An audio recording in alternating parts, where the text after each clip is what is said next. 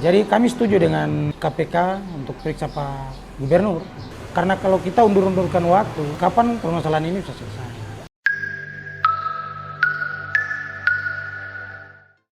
Nama saya Yohanes Alfredo Musui. Saya dari Pemuda Adat Kerom.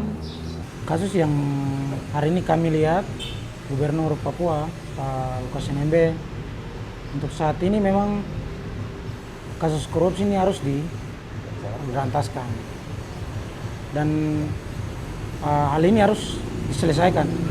Nah, jadi ya harus diselesaikan biar semua masyarakat paham tentang hal korupsi ini. Korupsi ini bisa diberantaskan, Papua bisa lebih aman, maju. Dan hari ini bukan hanya Pak Lukas saja yang dibicarakan, tapi ini buat semua pejabat Papua yang harus paham hal ini. Karena korupsi salah satu masalah yang menghambat pembangunan di wilayah Papua. Masyarakat itu ingin ada pembangunan.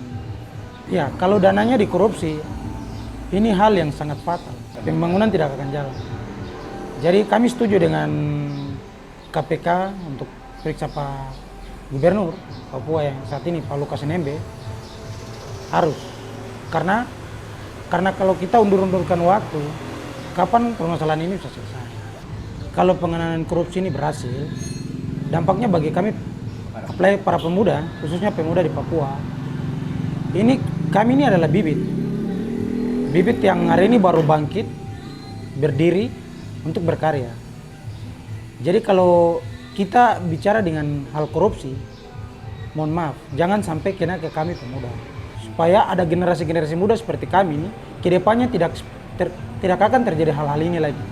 Kalau kita jadi pengacara, kita hari ini berbicara tentang kepentingan rakyat. Kita tidak bicara masalah kepentingan pribadi atau apa. Sekalipun kita dibayar, tapi ini kita bicara masalah kebenaran, masalah hak. Iya, pengacara itu penegak hukum dan dia tahu undang-undang yang harus. Ini ada indikasi apa gitu.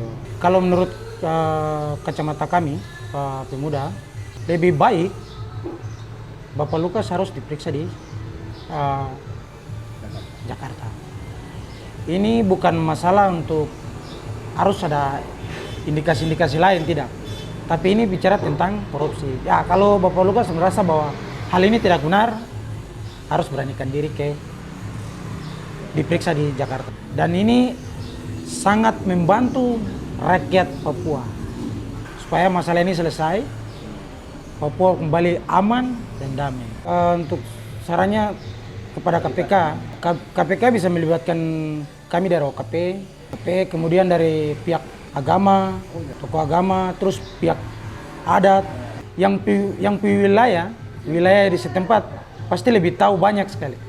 Saya mohon kepada KPK untuk harus bekerja sama dengan kami, bermitra dengan organisasi apa saja. Saran saya dari kacamata generasi muda Papua, terlebih khusus dari Kerom, pada seluruh pemuda yang ada di tanah Papua, saya selaku pemuda adat Kerom mengatakan bahwa penanganan korupsi untuk di wilayah Provinsi Papua sangat harus. Karena kami sangat dukung KPK untuk periksa pejabat-pejabat yang korupsi di wilayah masing-masing.